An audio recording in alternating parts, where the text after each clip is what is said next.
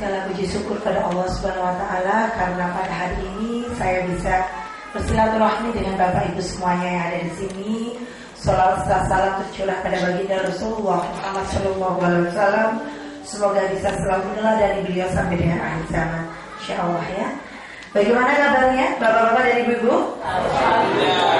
Alhamdulillah, luar biasa sekali.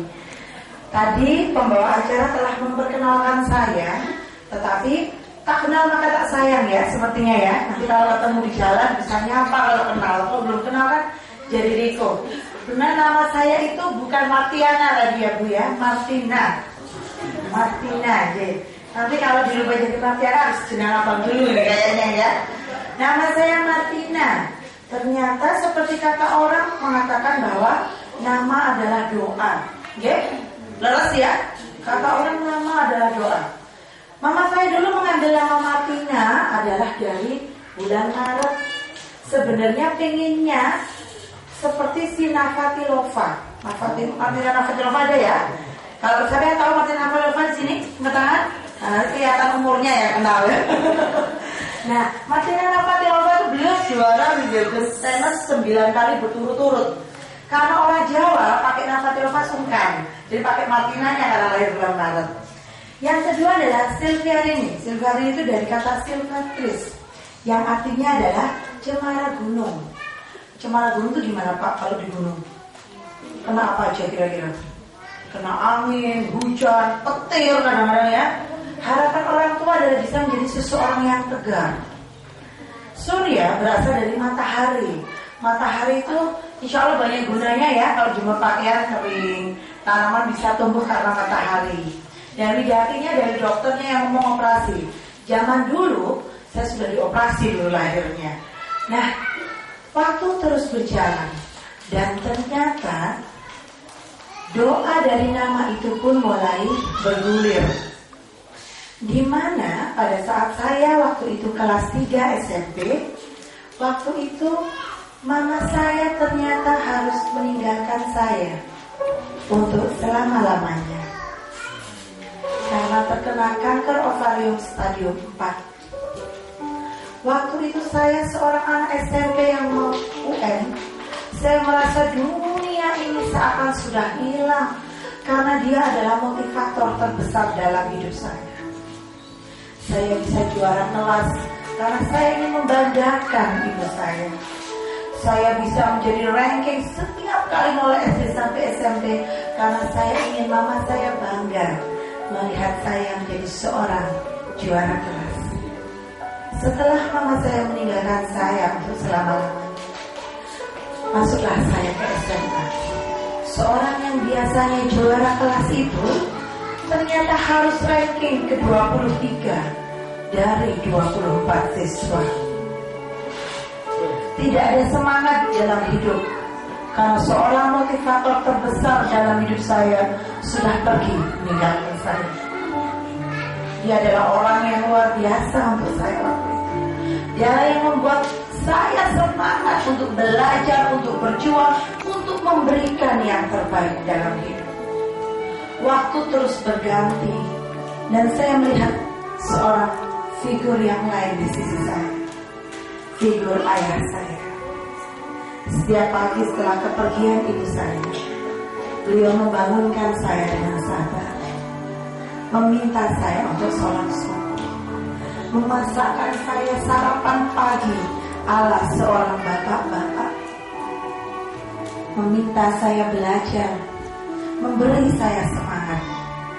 Dari situ pun saya kemudian bangkit kembali. Saya harus bisa membahagiakan ayah saya. Saya harus bisa membuatnya bangga dalam hidupnya. Akhirnya saya pun mulai bangkit dan bangkit. Dari kelas 2 SMA, ranking 1 pun kembali saya bisa raih. Karena saya melihat semangat seorang tulus dari seorang ayah. Waktu terus berganti dan kita harus kuliah. Ayah saya bukanlah tipe pemaksa yang meminta saya, kamu harus jadi dokter. Tidak. Tapi di raut wajahnya saya melihat seberkas harapan anaknya menjadi seorang dokter. Karena sejak eyang saya dulu pun sudah seorang dokter. Jadi kalau keluarga nggak dokter kayak gimana? Ayah saya pun dulu juga masuk ke dokteran, tapi karena ayah saya sakit pun harus segera keluar karena membiayai adik-adiknya. Sampai akhirnya saya di depan panitia UMPTN. Di pilihan pertama masih saya kosongin enaknya apa ya? Hanya saya teringat wajah ayah saya. Hanya saya lingkarilah kedokteran. Pada nggak terima, karena saya sudah mencoba.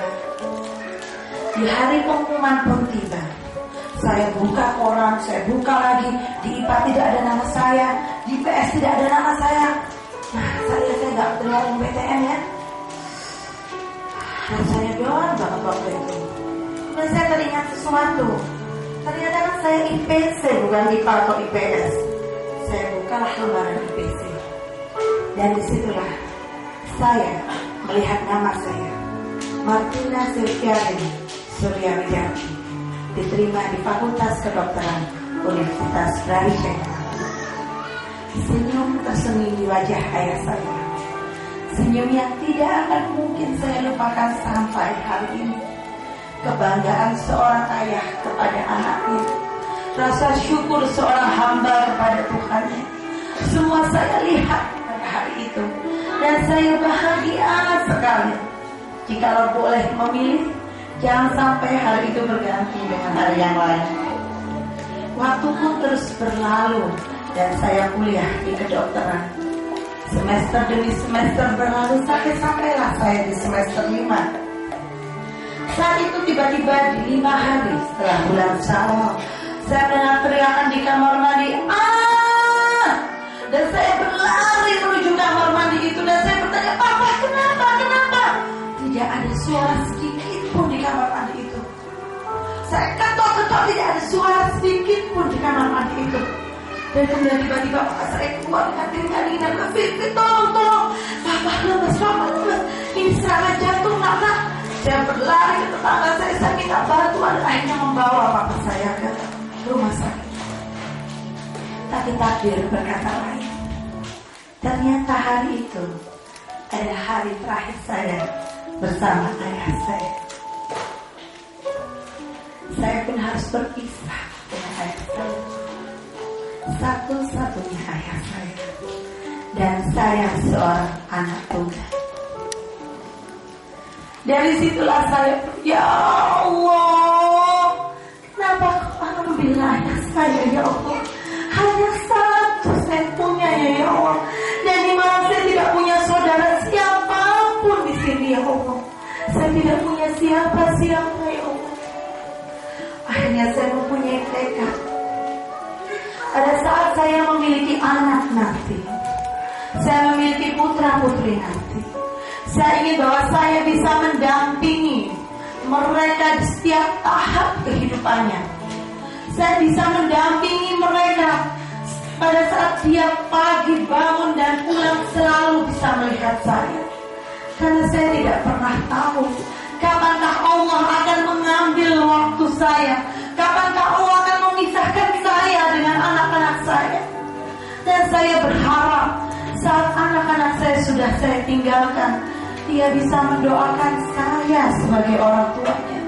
Dia bisa berdoa, Allahumma firli wali walidayya warhamhuma kama rabbayani shaghira.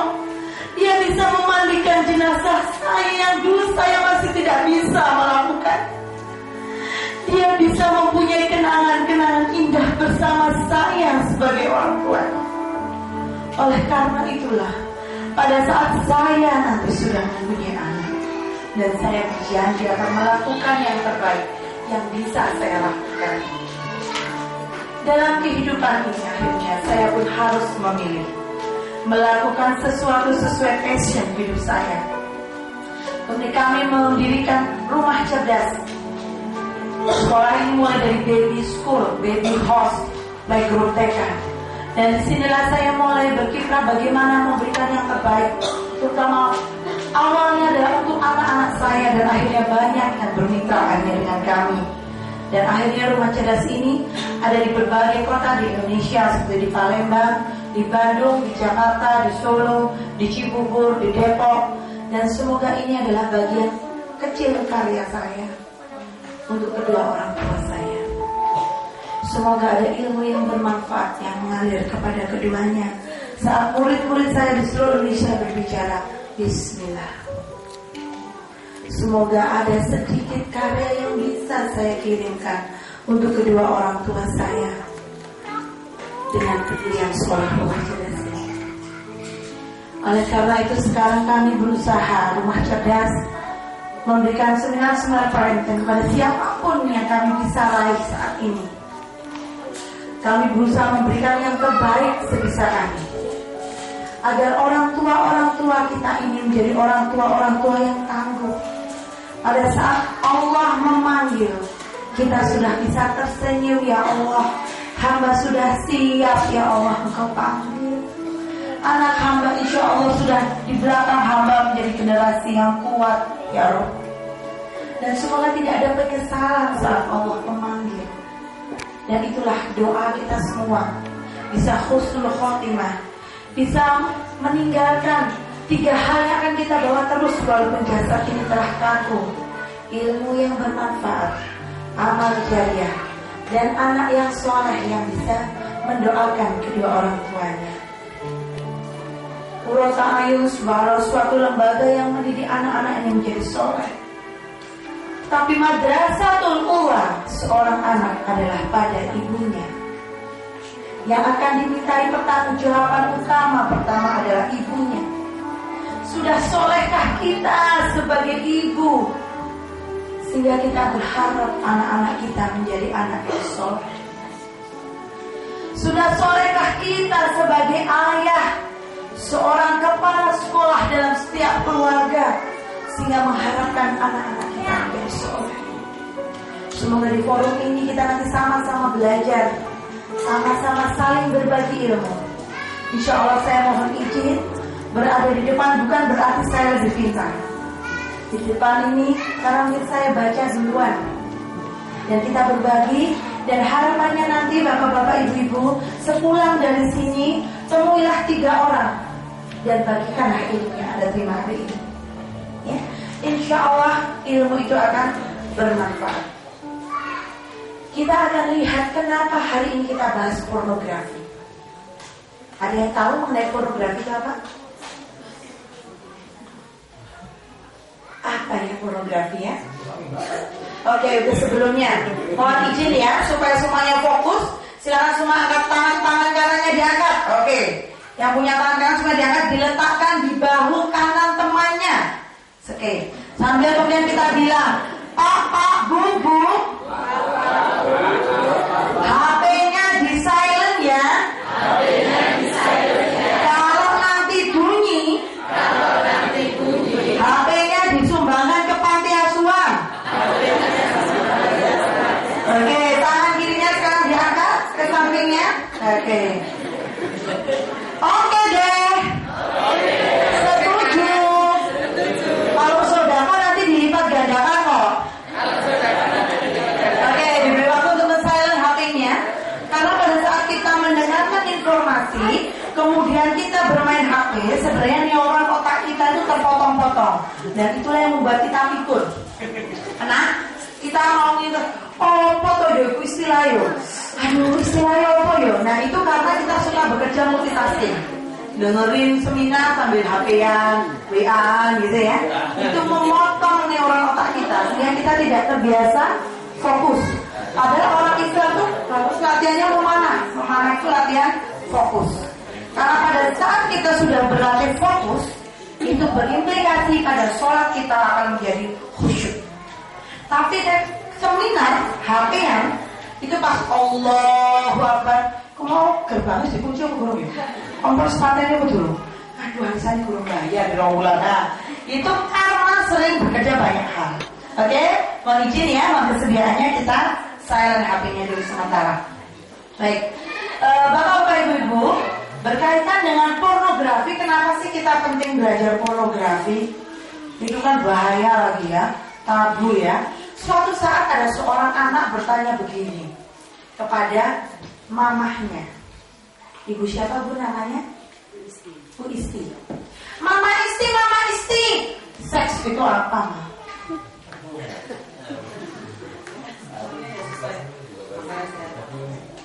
Bicara apa gitu?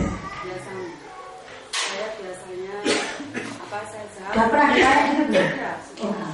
Saya jawab seperti saya jelaskan seperti yang saya ketahui gitu. Apa yang diketahui? Rahasia ya gitu.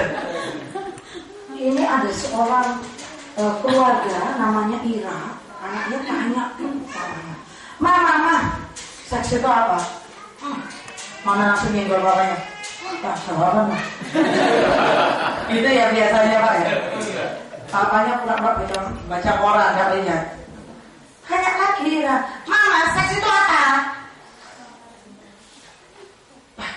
Senggol. Tetap pura-pura. Pak, tetap pura-pura. Tidak. Nak, kata bapaknya. Gini loh, seks itu ya gini loh ya. Nggak jadi, Mama aja lah yang jawab lah. Nah gini ya biasanya ya. Kalau ditanya bapaknya, Pak sepatuku mana? Pak bukuku mana? Pak bajuku mana? Pak kakusku mana? Pak bukuku, buku mana? Jawabannya Mama itu cuma satu loh. Tanya oma kamu. Ini sama ternyata. Enggak, ini bagiannya Papa lagi gini nih nak. Kita udah pembagian tugas. Papa, seks itu Pak.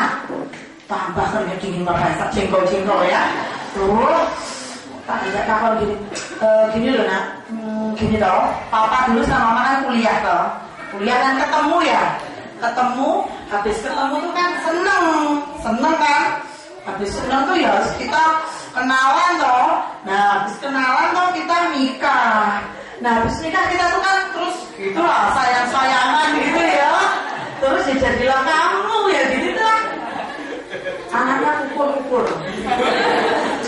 Kok jadi ada sayang-sayangannya itu gimana sih Pak? Aku tuh tanyanya ada tugas sekolah. Ini loh, kan suruh ngisi name, terus school, terus age, terus sex. Nah ini diisi apa? Itu sayang-sayangan Pak. Lah ya kok ganteng lah gitu. Wah, gitu ya. Terkadang kita sebagai orang tua itu menganggap 3 huruf ini sebagai hal yang apa? Tabu, bener. Apalagi kita orang timur. Terus gak ilok, takon-takon ngono. Ayo siapa yang pernah jawab gitu angkat tangan. Gak ilok ngono itu, terus gak boleh tanya-tanya lu saru. Terus gak boleh dosa lo. Tapi inilah ternyata sumber malapetaka yang ada. Terbanyak karena orang tua tidak mau menjelaskan ini, akhirnya yang terjadi adalah anak mencari sendiri. Ya, akhirnya anak akan terjun ke yang namanya pornografi tadi. Oleh karena seminar ini nanti kita akan bertujuan fokusku pornografi. Masuknya lewat anak itu lewat apa saja. Nanti kadang-kadang kita nggak paham masuknya lewat apa saja. Kemudian gimana caranya kita menangkal itu supaya anak tidak kemasukan pornografi. Oke. Apa itu pornografi? Hal-hal yang berbau agak nyerempet gitulah ya. Karena banyak anak kecil-kecil yang ikut, tapi kan anaknya nggak ikut. Jadi biasanya kalau khusus ini tuh saya khusus orang tua memang. Ini fotonya lumayan nggak vulgar. Tapi kalau khusus orang tua banyak yang vulgar pokoknya. Nah, di sini intinya nyerempet paham semua ya. Insya Allah sudah 17 tahun ke atas ya di sini ya. Ya, oke. Lanjut aja Bu yang ini. Oh belum. Nanti privat Pak di belakang. Nah ini sekarang banyak sekali yang terjadi ini, ya. Kekerasan seksual terjadi pada anak-anak dan orang tua tidak menyadari. Terjadinya di mana? Di rumah. Itu yang kita harus warning. Oke, lanjut. Tahu kasus JIS? Ya. Bagaimana seorang anak ini terkena kasus ini dan seorang anak yang sudah pernah kena, dia akan ingin jadi pelaku. Gitu loh, mengerikannya. Nyambung terus Bu, lingkaran setan. Seorang yang sudah pernah kena seperti itu, dia akan jadi pelaku yang melakukan itu pada orang lain, kepada temannya, bahkan ada yang kepada saudara kandungnya, prakteknya. Kalau nanti ada yang namanya hormon dopamin, itu sudah menguasai otaknya, rusak otaknya. Oke, lanjut.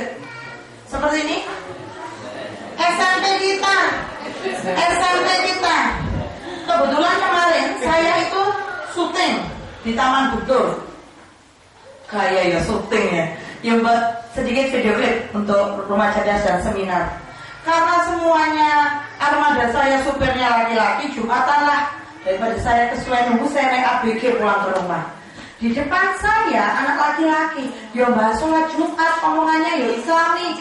Saya pikir, oh dia mau cari masjid yang jalan bunga-bungaan. Loh, ini masjidnya Musliman kok gak mudun. Turunlah dia akhirnya. Turunnya kemana Pak? Game online. Jumatan deng gitu loh. Masya Allah. Ya, oke lanjut. SMP sekarang celananya lebih pendek, sudah balik gandengan. Ya? Oke lanjut. Ini dibaca sendiri deh. Usai nobar. Nah, ini terjadi di kelas, gurunya tuh pergi jam kosong. Anaknya nobar bareng-bareng. Habis itu melakukan bareng-bareng. Lah temannya nggak mau melakukan, dibilang oh kuno arek iki deso gak gaul. Ini tuh nggak di kota besar Bu, di kotanya Laskar Pelangi itu loh. Kan ya kota kecil, pulau terkecil. Tapi itu terjadi. Itu yang kita harus melek. Ini ternyata ya tantangan anak-anak kita sekarang. Beda sama zaman kita dulu yang TV-nya cuma TVRI loh Bu. Film anak setengah 5, setengah jam tuh meneh. Kadang-kadang ke siapa yang mengenal TVRI malah ketahuan umurnya berapa ya. Kegeser pohon mencampur, ternyata pohon mencampur itu lebih bagus tapi efeknya ya.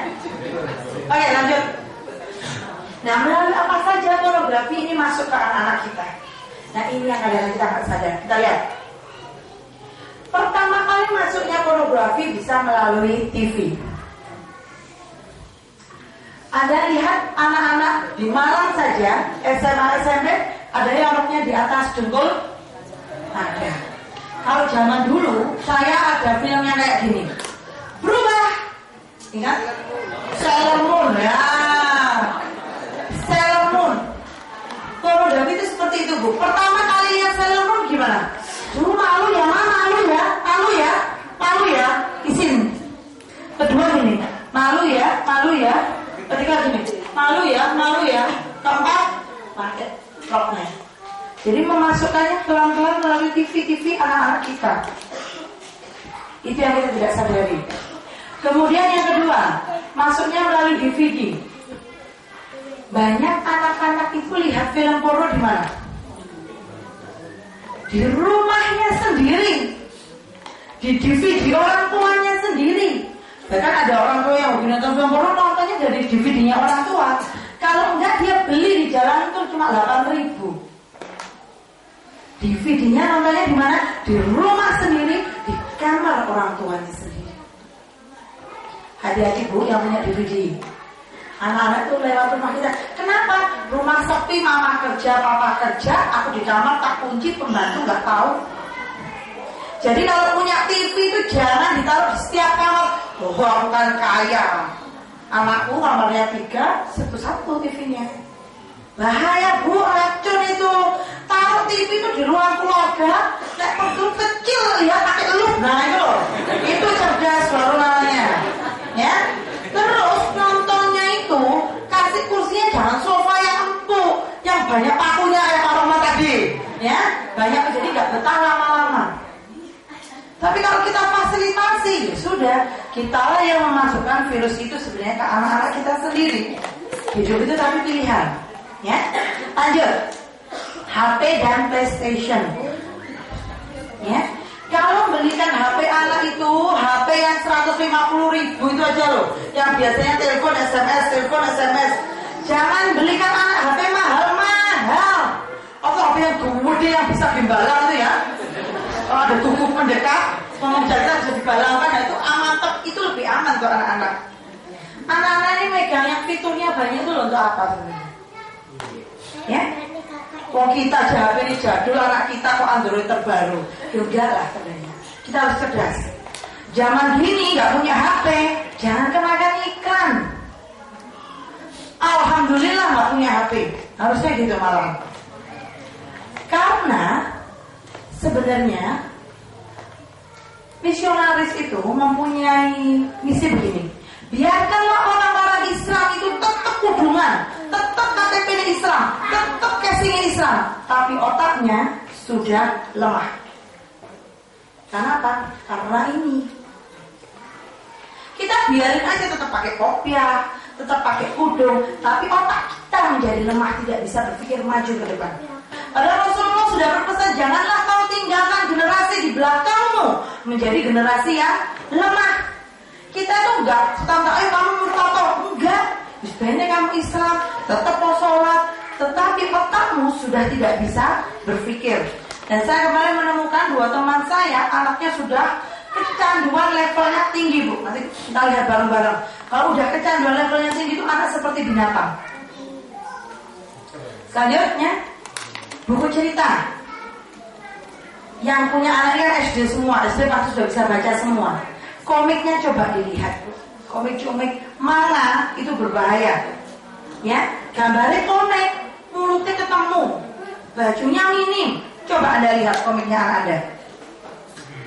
Semua pornografi diselipkan ke dalam pikiran anak-anak. Kapan industri pornografi memasukkan virus-virus porno ke otak anak? Mulai usia 3 tahun. 3 tahun porno-porno kecil-kecil ya. Karena porno itu setelah masuk, dia akan mencari sendiri. Kalau tidak ada barrier dari orang tua dan guru. Guru berapa jam? Udah maksimal 8 jam, 16 jam sama orang tua. Dan anak itu sebelum akhir balik itu sebenarnya tidak ada dosa. Kalau pahala kan masuk orang tuanya ya, kalau dia berbuat baik ya. Kalau dosa ya iya. Dia tidak ada dosa sebenarnya. Kalau dia melakukan kesalahan, lihat 3 gurunya. Yang pertama orang tua di rumah, yang ketiga guru di sekolah, yang kedua, yang ketiga adalah lingkungan. Lingkungan bisa sekolah dan rumah. Jadi kita kalau membentengi anak, lihat ketiga hal itu. Oke, lanjut. Game online. Game online ini sangat menyenangkan buat anak. Coba kalau yang pernah main game, apapun namanya ya, awal masuk mesti anak akan disambut. Welcome to the great adventure, ya. Orang kalau disambut senang nggak? Senang. Selamat datang di level 1. Level 1 kan mesti dibuat level 1 tuh anak apa gampang? Gampang. Kan lulus mesti. Play again level 2, ya. Level 2 bisa mesti naik. Kan dia mesti sudah oke, yes. Dan orang kalau maunya level 1 diulang sampai 10 bosen enggak? Bosen. Akhirnya level 1 naik ke level 2 pasti level 2 lebih berat. Dan saat dia bisa memecahkan suatu tantangan, gimana perasaan hati? Yes. Senang. Itulah game itu. Game itu risetnya aja bisa miliaran. Bagaimana untuk memperbudak otak anak-anak kita untuk nggak mandek main game. Di level 3 ternyata sorry, you lose. Kalau sudah kalah, kira-kira apa yang muncul di layar? Yang muncul di layar adalah skor orang-orang yang tertinggi mainkan game. Tahu? Skor 1 sampai 10 keluar semua. Dan dia nomor 8. Kira-kira apa yang ada di perasaan dia? Yo, apa caranya aku di level 1? Apa? Jadi peringkat 1, ya gitu kan? Terus dia nanti akan ada tombol sebenarnya. Play again. Yes, no. Yes. Itulah yang membuat anak akan lagi main game. Ya.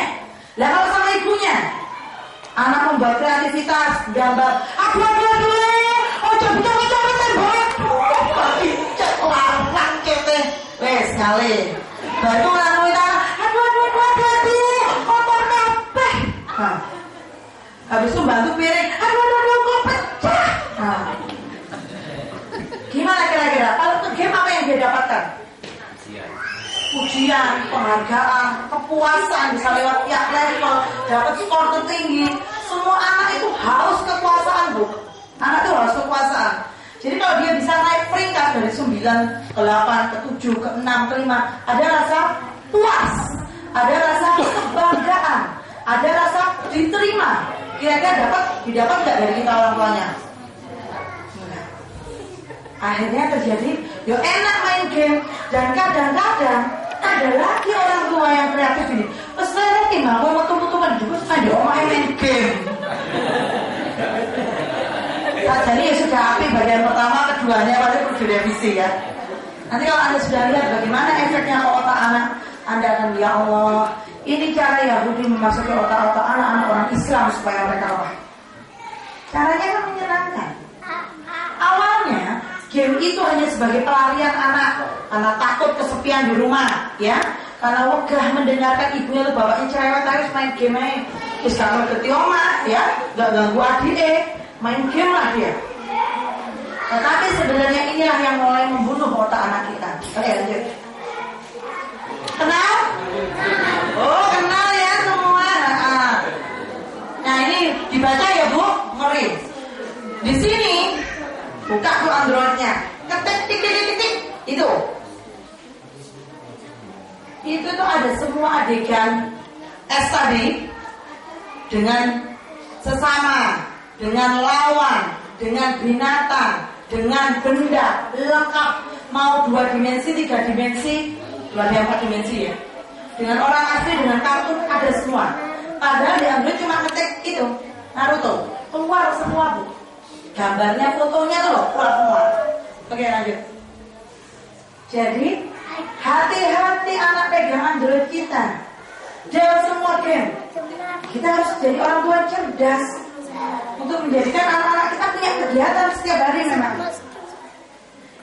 Cuma nanti nggak usah ngetik yang pornografi Naruto, enggak, Naruto aja.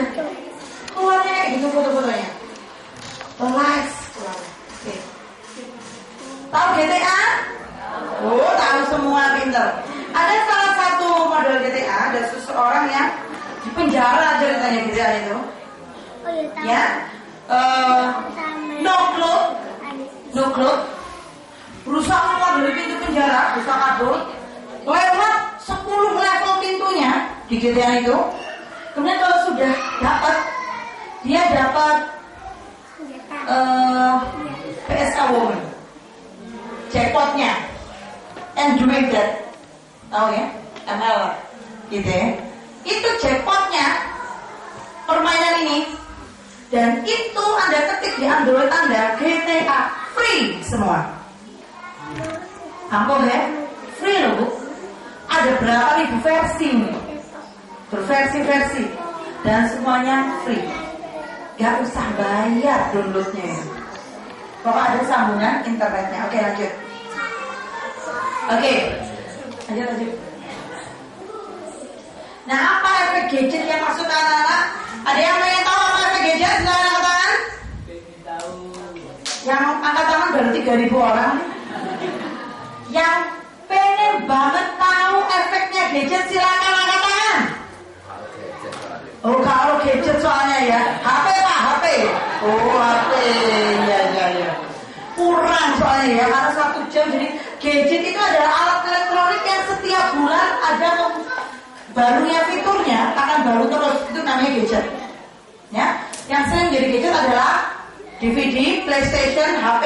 Itu yang termasuk gadget. Jadi setiap hari, setiap bulan akan ada fitur-fitur baru yang memudahkan kegiatan manusia.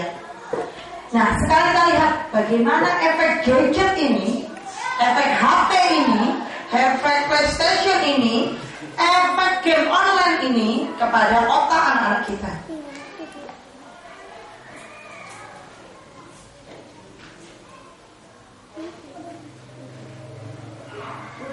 Otak merupakan bagian tubuh yang paling penting bagi manusia. Sekarang angkat tangan Anda dan letakkan pada dada. Tepat di situ ada bagian otak yang paling istimewa. Bagian itu disebut prefrontal cortex atau disingkat PFC. Menurut peneliti otak Jordan Bradman, PFC ini hanya ada pada otak manusia, sehingga membedakan kita dengan binatang. Bagian ini diciptakan dan dirancang khusus oleh Tuhan supaya manusia mampu memilih dan memiliki etika. PFC berfungsi seperti pemimpin.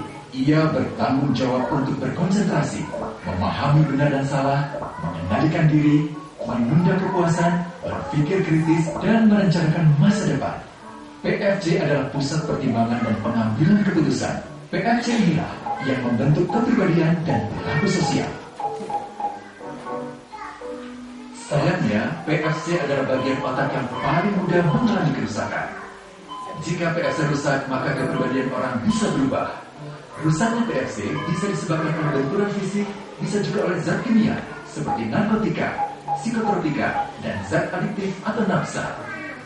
Dan ternyata penyebab paling merusak juga pornografi yang disebut narkolepsi, narkotika lewat mata. Bagaimana pornografi mempengaruhi otak dan pikiran kita? Adi, remaja 12 tahun, melihat gambar di TV yang menjurus ke porno. Awalnya, ia merasa kaget dan jijik. Ini karena sistem limbik di otak Adi menjadi aktif. Sistem limbik mengatur emosi juga keinginan makan, minum, dan berhubungan seksual. Sistem limbik ini kemudian mengaktifkan zat kimia otak bernama dopamin. Dopamin memberi rasa senang, penasaran, sekaligus kecanduan.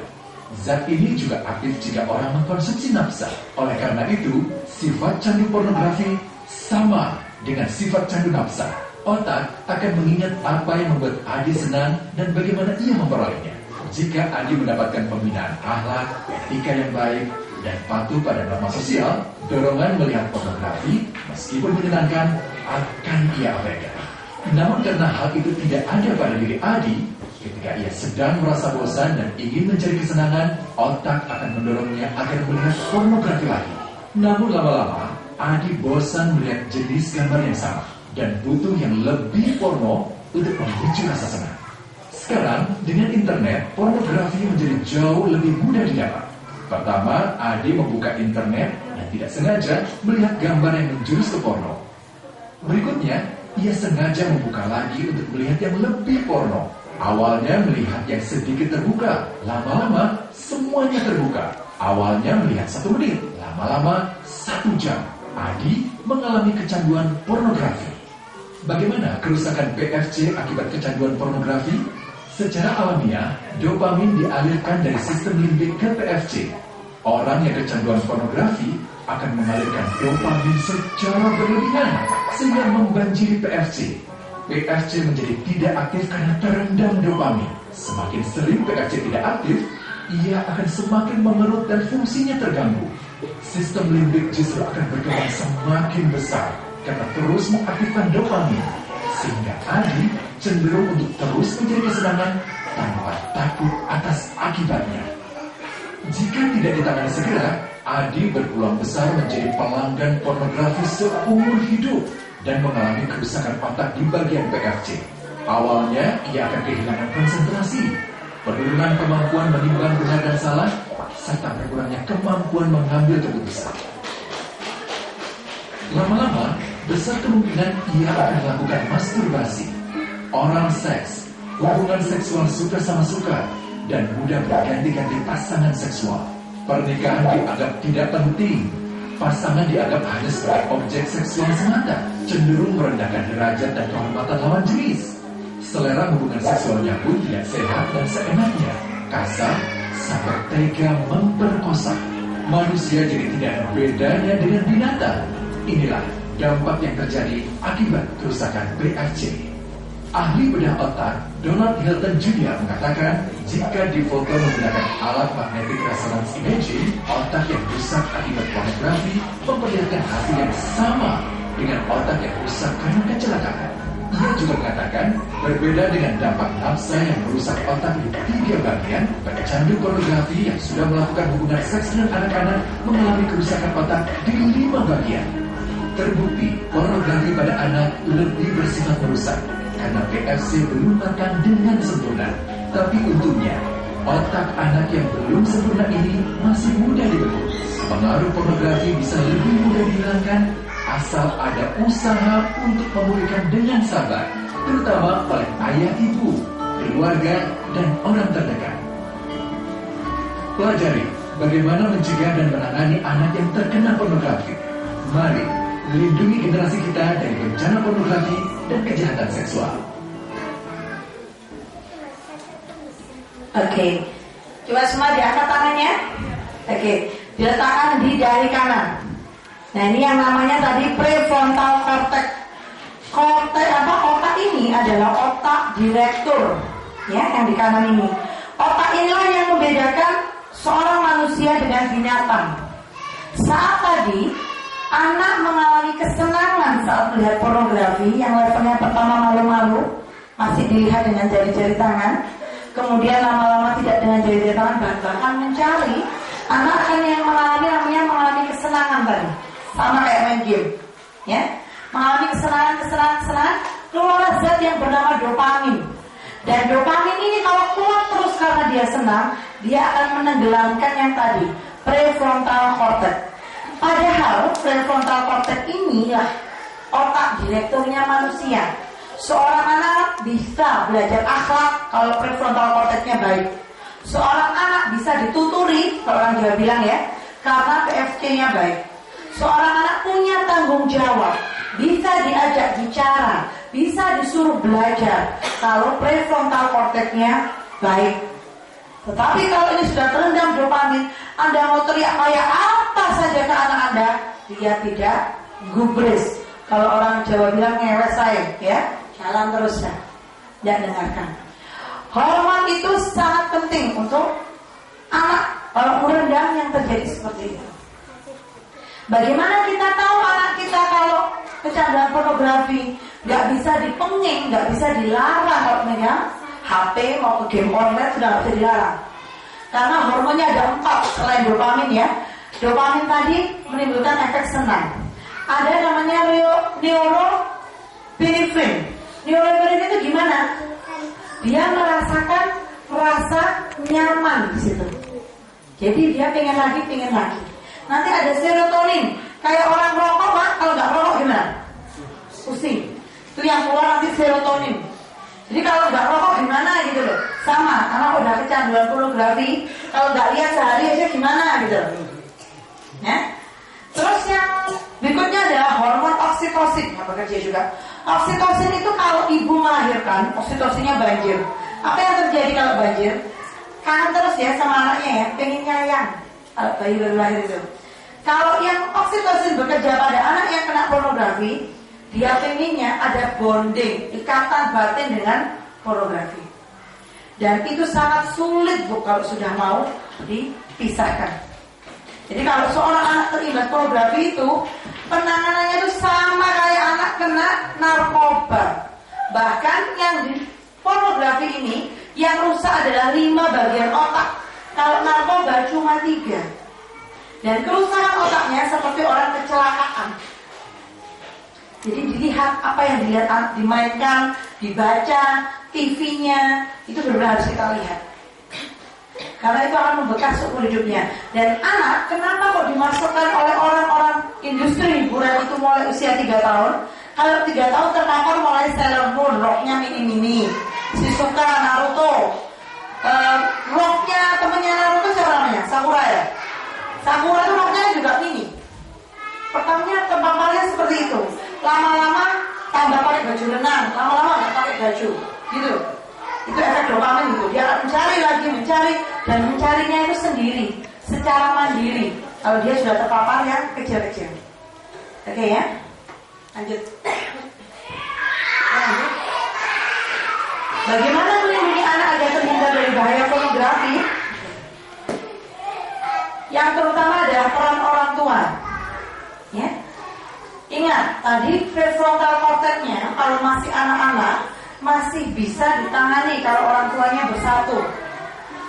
Ibu adalah madrasatul ula, madrasah pertama untuk anaknya. Sekolahnya anak itu pertama di ibunya.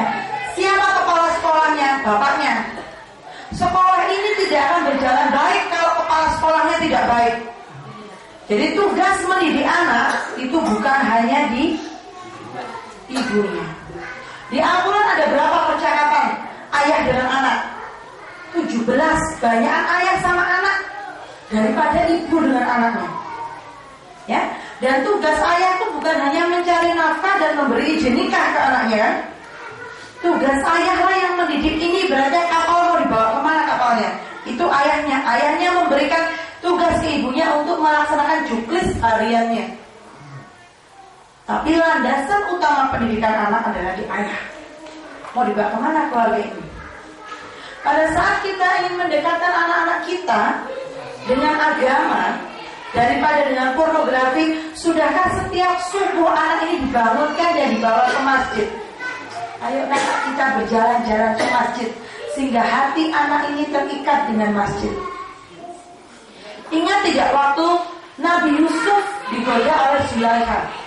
Ya, di kamar yang tertutup, nggak ada yang lihat. Tapi apakah terjadi sesuatu antara Yusuf dan Zulaikha? Tidak. Karena apa saat itu? Karena Nabi Yusuf mendapatkan petunjuk dari Tuhannya. Apa itu petunjuknya? Nabi Yusuf teringat wajah ayahnya. Jadi kalau kita memasukkan nilai-nilai positif secara terus-menerus ke anak, pada saat dia melakukan sesuatu yang nyeleneh, enggak, ayahku enggak senang kok kalau aku melakukan ini. Oh enggak, ibuku enggak senang. Nah, bagaimana cara memasukkannya itu?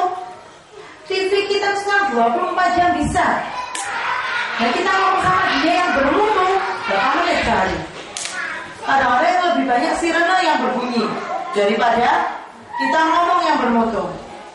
Ada 5 panggilan sholat sehari. Dekatkan anak dengan masjid, kita semuanya pergi ke masjid. Dan kalau bisa TV itu mati. Di rumah saya ada TV, nggak ada antenanya, jadi nggak bisa nyala. Jadi saya no TV di rumah. Nggak bisa saya ngawasi itu. Daripada pusing ngawasi sudah nggak ada TV sekalian. Masih hijau kok anak saya, Pak. Nggak ada TV. Alhamdulillah. Ya. Jangan diberi gadget anak-anaknya. Jangan diberi gadget. Mereka tuh lebih cerdas daripada kita untuk mencari berbagai macam informasi. Kita mencari ini aja nggak ngerti, kita gini loh Pak caranya Pak. Kadang-kadang anak yang ngajarin kita. Ya, lebih canggihan dia daripada kita. Oke. Nah, yang terpenting juga, kita kan tidak pernah tahu Bu, siapa teman-temannya, siapa tetangganya yang sudah terpapar ini. Ingat, memasukkannya mulai usia bisa nonton TV. Kemarin saya lihat, pas kemarinnya di hotel tuh lihat TV, ngomongnya cuma pokoknya kelinci atau apa judulnya itu ya. Itulah kenapa banyak anak sekarang keterlambatan bicara ya. Karena komunikasi yang intinya pindah ke sini loh. Kok dari TV ya sudah gitu. Itulah banyak anak masuk rumah cerdas tuh keterlambatan bicara isinya. Karena TV penuh. Ingat, prefrontal cortex tidak bekerja. Padahal salah satu fungsi prefrontal cortex adalah otak direktur. Dia yang mengendalikan otak belakang-belakangnya. Salah satu adalah otak untuk fungsi bicaranya. Nah kalau ditayangkan TV-nya gimana kapan bisa ngomongnya anaknya? Oke, kita lihat ya, kayak ini ya. Pastikan anak mengenal sentuhan terbatas. Di anak-anak kok. Jadi kalau mengajari anak tentang bagaimana adab beretika tentang sentuhan, itu kita kalau anak tanya tentang itu berarti anak ini sedang terbuka gerbang otaknya. Kita tanya, apa itu seks? Harus jelaskan saat itu. Sebaiknya yang menjelaskan itu kita orang tuanya. Jangan sampai cari sendiri.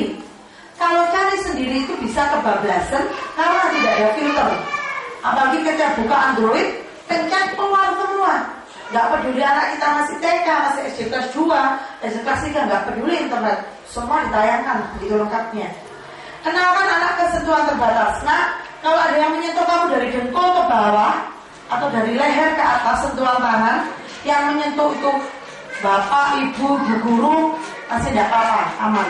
Tapi kalau sentuhan dari bawah pundak sampai di atas dengkul itu kamu harus hati-hati, mulai jaga jarak.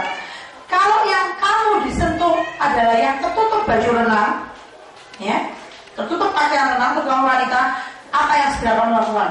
Berteriak, lari, cari guru, cari orang dipercaya, bilang sama bunda. Dan